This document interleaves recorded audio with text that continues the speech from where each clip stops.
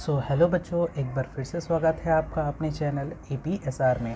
ये है video lecture number 5 of the living world और आज हम लोग बाइनोमियल नोमेनक्लेचर के ही आगे कंटिन्यू करेंगे और मे बी इस लेक्चर में या फिर नेक्स्ट लेक्चर में ये चैप्टर आपका हो जाएगा फिनिश।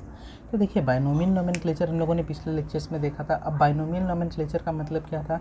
नोमेनक्लेचर मतलब नेमिंग एंड बाई का मतलब टू एंड नॉमिनल का मतलब कंपोनेंट। मतलब किसी भी ऑर्गेनिजम्स के नेमिंग में हमको दो कंपोनेंट की नीड होती है। तो दो कंपोनेंट से अगर हम लोग किसी चीज़ का नाम बना रहे हैं किसी ऑर्गेनिज्म का, तो उसको हम लोगों ने नाम दिया था बाइनोमियल नोमेनक्लेचर। अब बाइनोमियल नोमेनक्लेचर के बाद हम लोगों को देखना है कैसे हमारे अर्थ के ऊपर बहुत सारे डिफरेंट टाइप के स्पीसीज बिलोंग करते हैं। हम लोगों ने देखा था 1.7 to 1.8 मिलियन स्पीसीज हमारे अर्थ पे एग्जिस्ट करते हैं। तो हर एक 1.7 to 1.8 मिलियन स्पीसीज के कैरेक्टर्स के बारे में, नेम के बारे में जानना हम लोगों के लिए इम्पॉसिबल है। तो उसके लिए हम लोगों ने क्या किया है, उन लोगों को डिफरेंट कैटेगरीज में डिवाइड कर दिया। तो वो जो कैटेगरी था उसी कैटेगरी को हम लोग क्या बोलते हैं, ग्रुप, रैंक, यूनिट और taxa. Taxa more scientific name पड़ जाता है। तो टैक्सा का मतलब अगर कहीं पे भी टैक्सा वर्ड लिखा है तो टैक्सा का मतलब क्या होता है, कैटेगरी। तो उन सारे ऑर्गेनिज्म को हम लोगों ने डिफरेंट टैक्सा या फिर डिफरेंट ग्रुप में हम लोगों ने क्या कर दिया, डिवाइड कर दिया।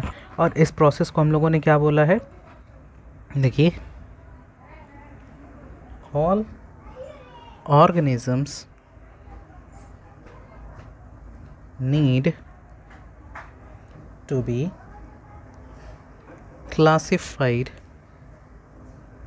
in various taxa, and this process is known as taxonomy. Taxonomy क्या होता है? डिफरेंट टाइप के ऑर्गेनिजम्स को डिफरेंट टैक्सा, डिफरेंट कैटेगरीज में क्लासीफाई करने के प्रोसेस को ही हम लोग क्या बोलते हैं, टैक्सोनॉमी। मतलब जितने भी चाहे वो आपके पास ऑर्डर में रहे, क्लास में रहे, फाइलम में रहे, डिवीजन में रहे। जैसे अगर हम लोग होमो सैपियंस की बात करें तो होमो सैपियंस का साइंटिफिक नेम क्या होता है, ह्यूमंस का साइंटिफिक नेम क्या होता है, होमो सैपियंस। इसमें से होमो अपने पास क्या हो गया, जीनस, एंड सैपियंस क्या हो जाएगा, इसकी स्पीसीज। होमिनिडियाई क्या हो गया, इसकी फैमिली। उसके बाद ये क्या हो जाएगा, अपना ऑर्डर। एंड ये क्या हो जाएगा अपने पास, धीरे धीरे अगर जैसे ही चलते जाएंगे तो हमारे पास चाहे इसका फैमिली हो, ऑर्डर हो, क्लास हो, डिवीजन हो, फाइलम, उसके बाद किंगडम हो।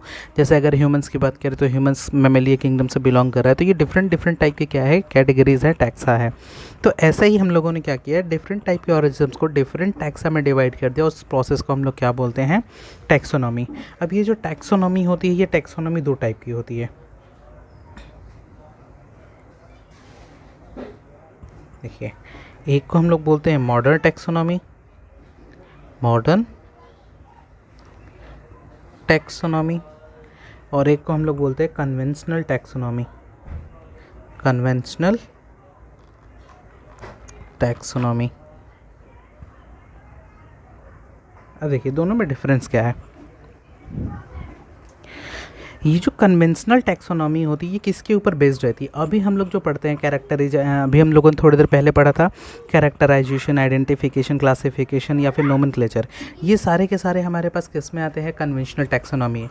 तो अभी जो मॉडर्न टेक्नोनॉमी आई है वो कन्वेंशनल टैक्सोनॉमी के ज़्यादा एडवांस है। मतलब कन्वेंशनल टैक्सोनॉमी में हमारे पास बहुत सी ऐसी कैरेक्टरिस्टिक्स होती है जो हम लोगों को ऑर्गेनिजम्स के बारे में डिस्क्राइब नहीं कर पाते, लेकिन मॉडर्न टेक्सोनॉमी हर एक चीज़ को हम लोगों को क्या करती है, डिस्क्राइब करने की कोशिश करती है।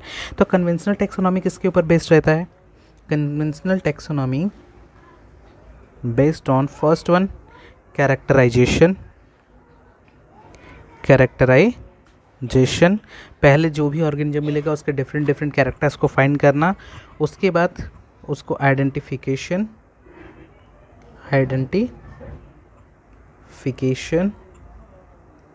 थर्ड वन क्या हो गया अपने पास, इन दोनों कैरेक्टर्स के बाद उसको आइडेंटिफाई करने के बाद उसको क्या करना है, ग्रुपिंग करना है, कौन से क्लास में उसको रखना है, कौन से डिवीजन में रखना है। तो उसको हम लोगों ने क्या नाम दे दिया है, क्लासिफिकेशन। एंड लास्ट में उस ऑर्गेनिज्म का कैरेक्टराइजेशन सब कुछ पता करने के बाद उसको किसी न किसी नाम को देने को हम लोगों ने क्या बोला है, नोमेनक्लेचर। मॉडर्न टेक्सोनॉमी किसके ऊपर बेस्ड रहती है, modern taxonomy based on internal structure. Second one क्या है अपने पास, एक्सटर्नल स्ट्रक्चर, उसके बाद क्या है अपने पास cell structure, and fourth one क्या हो जाएगा अपने पास डेवलपमेंट प्रोसेस, एंड फिफ्थ क्या हो जाएगा अपने पास इकोलॉजिकल इंफॉर्मेशन, इकोलॉजिकल इंफॉर्मेशन। तो इन पांचों चीज़ों को, अब एक्सटर्नल को हम लोग क्या बोल सकते हैं, जैसे कि इंटरनल एक्सटर्नल दिया है तो इंटरनल स्ट्रक्चर को हम लोग एनाटॉमी के अंदर पढ़ते हैं, एनाटॉमी, एंड एक्सटर्नल स्ट्रक्चर को हम लोग क्या बोलते हैं मॉर्फोलॉजी। तो किसी भी ऑर्गेनिजम्स को अगर नेमिंग करना है, उसको कैरेक्टर्स को हम लोगों को पता करना है, उसको टेक्सोनॉमी में किस में रखना है, तो उसके लिए हमको उसका एनाटॉमी पता करना पड़ेगा, मॉर्फोलॉजी पता करना पड़ेगा। सेल स्ट्रक्चर का मतलब हमारे बॉडी में डिफरेंट डिफरेंट टाइप के सेल है। जैसे अगर हम लोग हार्ट के सेल की बात करें तो उसको हम लोग बोलते हैं कार्डियक सेल है, अगर दिमाग के सेल की बात करें तो उसको हम लोग बोलते हैं नर्व सेल है। तो डिफरेंट डिफरेंट पार्ट के सेल्स का अलग अलग नाम, अलग अलग स्ट्रक्चर होता है। तो सेल स्ट्रक्चर के बारे में, डेवलपमेंट प्रोसेस वो बन कैसे रहा है, जैसे हम लोगों ने, अगर आप लोगों ने रिप्रोडक्शन 10th में पढ़ा होगा तो उसमें आप लोगों ने कहीं ना कहीं गैस्ट्रुला, ब्लास्टुला, मोरुला का नाम सुना रहेगा। तो ये क्या है, डिफरेंट टाइप के डेवलपमेंट है। अब इसमें से जो डेवलपमेंट प्रोसेस में हम लोग बोलते हैं कि एक्टोडर्मल ओरिजिन है, मीजोडर्मल ओरिजिन है, या फिर एंडोडर्मल ओरिजिन है। जैसे अगर हम लोग अपने हार्ट की बात करें तो हार्ट को हम लोग बोलते हैं कि मीजोडर्मल ओरिजिन होता है। तो ऐसे ही हम लोगों के पास जितने कनेक्टिव टिश्यू होती है उन लोगों का डेवलपमेंट प्रोसेस कैसा होता है, मीजोडर्मल ओरिजिन में होता है।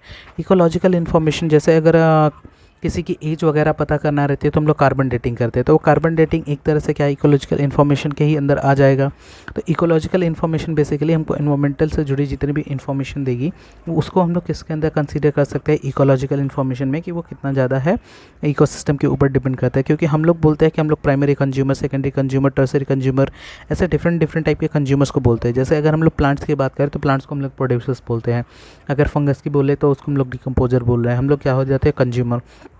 तो ये सब क्या है हमारे पास इकोलॉजिकल इन्फॉर्मेशन है। तो अभी मॉडर्न में हम लोग इन सारे कैटेगरीज़ के ऊपर किसी भी टैक्सोनॉमी को हम लोग क्या करते हैं, डिफरेंट टैक्सा में रखते हैं। जबकि कन्वेंशनल टैक्सोनॉमी जो पुराने समय में होता था उसको हम लोग किस पे रखते थे, characterization, identification, classification and nomenclature. Next चीज़ हमारे पास क्या आता है, सिस्टमैटिक्स।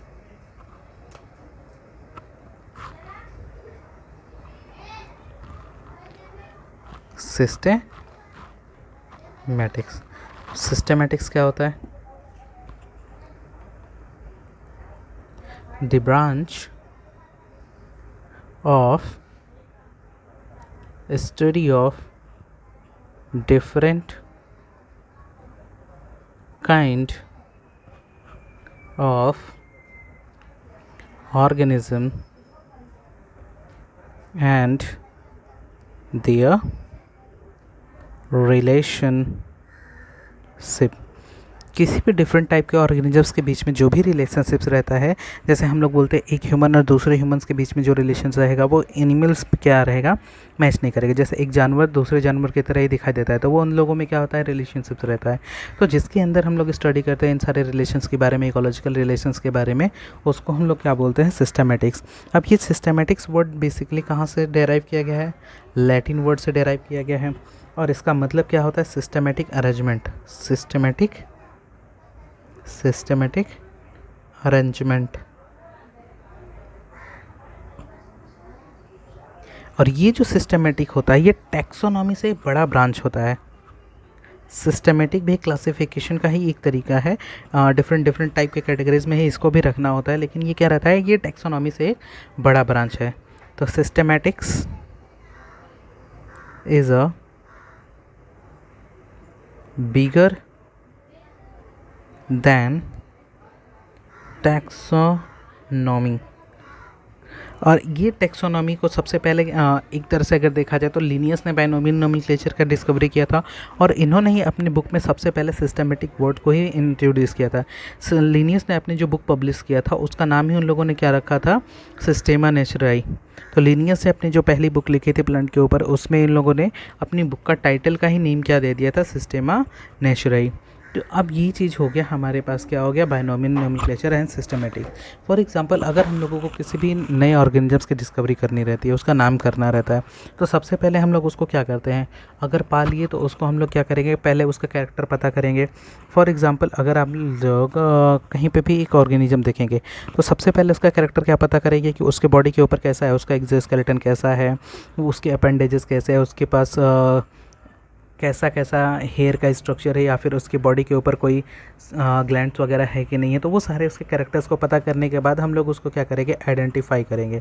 अब आइडेंटिफाई करने के बाद जो भी वेल नोन हमारे पास पहले से जो ऑर्गेनिज्म एग्जिस्ट कर रहा है उसके कैरेक्टर्स को और इसके कैरेक्टर्स को मैच करेंगे। तो मैच करने के बाद हम लोग अगर कुछ कैरेक्टर मैच करेगा तो हम लोग उसको क्या करेंगे, उसके कैरेक्टर से मिलते जुलते ही क्लासिफिकेशन के किसी टैक्सा के अंदर उसको रख देंगे। तो इसको हम लोग क्या बोलेंगे, क्लासिफिकेशन। एंड लास्ट में उसको किसी पर्टिकुलर स्पीसीज़ में रख के उसका नाम, पर्टिकुलर स्पीसीज उसका नोमेनक्लेचर देके उसका नाम रख देंगे। तो ऐसे करके हम लोग क्या कर लेते हैं, किसी भी ऑर्गेनिजम्स का नोमेनक्लेचर रखते हैं। अब नेक्स्ट बात आती है कि टैक्सोनॉमिकल कैटेगरीज क्या होती है। देखिए, जो टैक्सोनॉमिकल कैटेगरी होती है ये बेसिकली 7 पार्ट्स में डिवाइड हो जाती है। टैक्सोनॉमिकल कैटेगरी बेसिकली 7 पार्ट्स में क्या रहती है, डिवाइड रहती है। मतलब 7 चीज़ों से मिलकर टैक्सोनॉमिकल कैटेगरीज बनी रहती है। नेक्स्ट टॉपिक हमारे पास क्या आ जाएगा, टैक्सोनॉमिकल कैटेगरीज।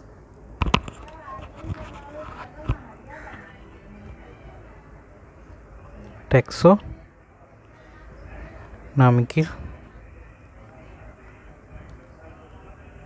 कैटेगरीज। अब टैक्सोनॉमिकल कैटेगरीज को देखिए, अगर हम लोगों को टैक्सोनॉमिकल कैटेगरीज पता करना है तो उसको या तो असेंडिंग या फिर डिसेंडिंग ऑर्डर में क्या करना पड़ता है, अरेंज करना पड़ता है। और इसी अरेंजमेंट के सीक्वेंस को हम लोग क्या बोलते हैं, taxonomical hierarchy. Taxonomical hierarchy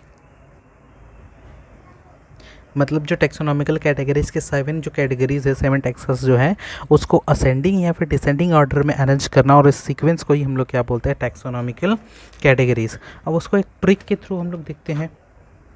trick देखिए, keep podium clean or fam get stick. साफ रखो या फिर उसके ऊपर क्या हो जाएगा, गंदगी बैठ सकती है, चिपक सकती है। अब इससे हम लोग डिफरेंट कैटेगरीज़ में जो हम लोगों ने हायरार्की बनाया है, चाहे वो असेंडिंग ऑर्डर में हो या फिर डिसेंडिंग ऑर्डर में हो, तो उसको हम लोग क्या बोल रहे हैं, टैक्सोनॉमिकल कैटेगरी।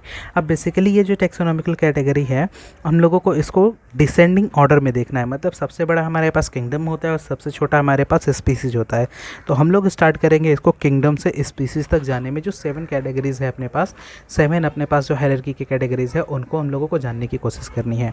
तो अब देखिए, इससे हम लोग कैसे पता करते हैं, की फॉर हम लोग क्या लिख सकते हैं, किंगडम, की फॉर किंगडम। नेक्स्ट है अपने पास P, P for phylum, for animals. And यही प्लांट में रहेगा तब हम लोग इसको क्या बोलते हैं, डिवीजन। डिवीजन दोनों एक ही चीज़ है, बस दो अलग अलग। अगर एनिमल में रहेगा तो उसको हम लोग फाइलम बोलेंगे, और प्लांट में अंदर रहेगा तब हम लोग उसी को क्या बोलेंगे, division. For plants, C for class, O for order, and F for, हम लोग यहाँ पे अभी कुछ नहीं है, सिंपल से इसका मीनिंग समझ के रखते हैं। इसके बाद हम लोग देख लेते हैं यहाँ पे अपने पास क्या हो जाएगा, G for genus, and S for species, S for species. तो ये हमारे पास डिफरेंट टाइप के क्या हो गए, कैटेगरीज। अब यहाँ पे ध्यान दीजिएगा, बीच में हम लोगों ने एक फैमिली छोड़ रखा है, तो ट्रिक के हिसाब से तो हम लोगों को इतना पता चल जाएगा। तो हम लोगों को कैसे याद रखना है, पहले क्या आएगा, किंगडम, देन उसके बाद हमारे पास आ जाएगा डिवीजन या फिर फाइलम। फाइलम से अगर नीचे जाएंगे तो class, then order, then family, then genus, and then species. मतलब जीनस के ऊपर हम लोगों को क्या मिलने वाला है, फैमिली। तो यहाँ पे इसको हम लोग क्या बोल देंगे, फैमिली। तो हम लोगों को ये क्या हो जाएगा, डिसेंडिंग ऑर्डर, और इधर से अगर आएंगे तो असेंडिंग।